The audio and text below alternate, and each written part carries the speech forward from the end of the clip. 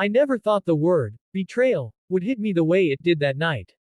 You hear about people getting cheated on, you see it in movies or read it in stories online, but deep down, you always believe it's something that happens to other people.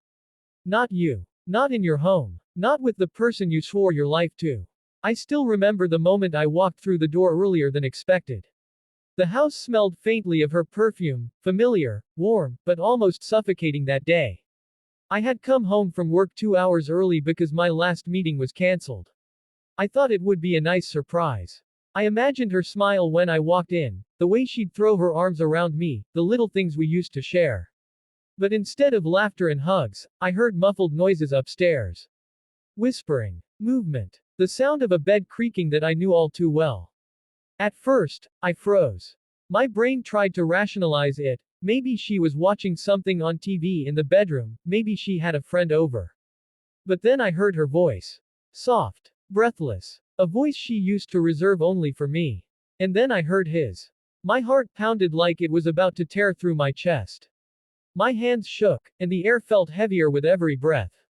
Against every instinct screaming at me to walk away, I climbed the stairs quietly, step by step, until I reached our bedroom door. And what I saw when I pushed it open, it broke me in ways I didn't think were possible. There she was, my wife, tangled in the sheets with another man. The betrayal wasn't just in what they were doing but in the look on her face when she saw me. It wasn't shame. It wasn't even regret. It was annoyance, as if I had ruined her moment. That was the knife that cut the deepest. I exploded. Years of love, trust, and sacrifices poured out of me in a tidal wave of rage. The man scrambled out of bed, half naked, stammering something about it not being what it looked like, ridiculous words in the middle of undeniable proof. I lunged at him, not even thinking. My fists connected with his face before he could react, the room filled with screams, hers, his, and maybe even mine. Furniture toppled over, glass shattered, the entire house became a battleground. It turned brutal. The man fought back, and suddenly it wasn't just me unleashing my anger, it was survival. I don't know how long it lasted, but by the end, we were both bloodied, panting, and glaring at each other like wild animals. She tried to pull us apart, crying and begging me to stop, but her pleas only fueled my rage. The truth was out, and there was no going back. The police were eventually called. By the neighbors, I think. By the time they arrived, the damage was already done. I wasn't arrested, but I was warned. The other man left quickly, and my wife, well, she didn't say much. She sat there on the bed, wrapped in a blanket, silent and shaking. For a moment, I almost felt pity for her. Almost. That night, I packed a bag and left. Not because I wanted to, but because staying felt impossible. The walls of that house had become suffocating, poisoned with betrayal. I slept on a friend's couch for weeks, replaying every moment of our marriage in my mind. Every date, every promise, every time she said, "I love you." All of it felt like lies now. But here's the thing, pain changes you. At first, it consumes you, eats you alive from the inside. But slowly, if you let it, it reshapes you.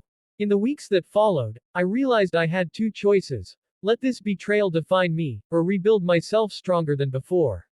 I chose the latter. I filed for divorce. It wasn't easy, there were tears, accusations, late-night phone calls where she begged me to reconsider. She said it was a mistake, that she loved me, that we could work through it. But I couldn't. Trust, once shattered like that, can't simply be glued back together. The foundation was gone, and I refused to live in the ruins. The brutal disaster of that night could have destroyed me, but instead, it became the fire that forged a new version of myself. I started focusing on things I had neglected, my health, my passions, my friendships. I hit the gym harder than ever, I reconnected with old friends, I traveled to places I had always said I'd visit, someday. And slowly, I began to feel alive again. Months later, I ran into her at the grocery store. She looked tired, worn out, as if the weight of her decisions had finally caught up to her. She tried to smile, tried to spark a conversation, but I wasn't the same man anymore. I was no longer broken, no longer begging for answers or closure. I had already found it within myself. And that's the message I want to leave here. Betrayal hurts, it cuts deeper than almost anything else, but it doesn't have to be the end of your story. Sometimes it's the beginning of a new chapter, One where you rediscover your strength, your worth, and your ability to rise from the ashes. That night, when I caught my wife with her lover, it turned into a brutal disaster. But in the long run, it became the wake-up call I never knew I needed. And now, I stand taller, stronger, and wiser, proof that even in the darkest moments, there's a way forward.